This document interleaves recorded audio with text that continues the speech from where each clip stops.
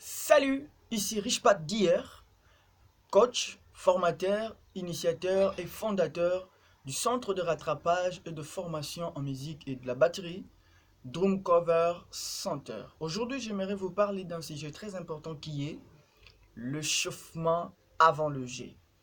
Vous savez, un joueur de football, avant d'entrer sur le terrain, avant d'entrer dans le jet, il est recommandé de passer par le chauffement. Et nous, le batteur, nous avons besoin de l'échauffement avant de jouer notre batterie. Et aujourd'hui, l'astuce de l'échauffement est plus accentuée avec le membre supérieur. Et à la prochaine numéro, nous allons entamer la partie qui est inférieure. Alors, je m'en vais directement dans le vif du sujet. Nous avons deux zones à chauffer, des zones à travailler avant de jouer la batterie, avant de prendre nos baguettes. La première zone, c'est la partie du poignet, c'est-à-dire la rotation. Nous allons gérer la rotation du poignet. Gérer la rotation du poignet et chauffer le poignet. Et la deuxième partie, c'est le chauffement de ce doigt ici, que nous voyons. Alors moi, je vous partage mes techniques Richpat d'hier pour ne pas copier sur les autres. Alors, commençons par la rotation du poignet. Moi, je travaille avec ma baguette. Je prends, comme ça, je ferme. Vous voyez? Je ferme là. Et qu'est-ce que je veux faire? Je vais faire ces mouvements. Je vais faire entrer. Vous voyez? Je fais descendre un peu et je vais pousser vers l'avant. Quand je pousse vers l'avant, j'essaie de remonter encore. Et je reste pendant au moins 5 secondes. Puis je remets et puis je relaxe. Tu vois? Je remets encore.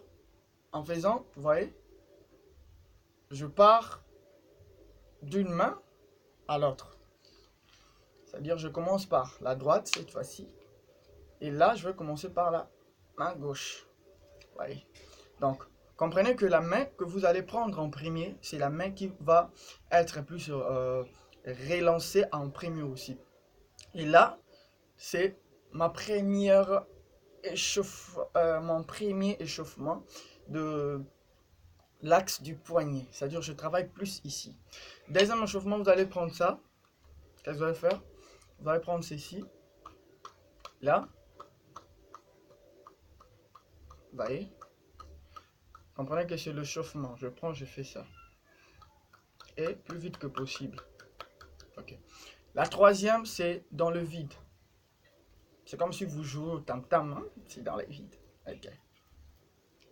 Et voilà les trois astuces que vous allez travailler pour renforcer votre souplesse de poignet et tout l'axe de rotation et gérer facilement. Et alors, il nous reste cet échauffement de doigts que vous allez aussi comprendre. Parce que quand on joue, on ne sollicite pas seulement le poignet, mais on sollicite aussi les doigts par la gestuelle. C'est-à-dire, là c'est le poignet, et là c'est, vous voyez, c'est le doigt. Et on appelle ça la gestuelle.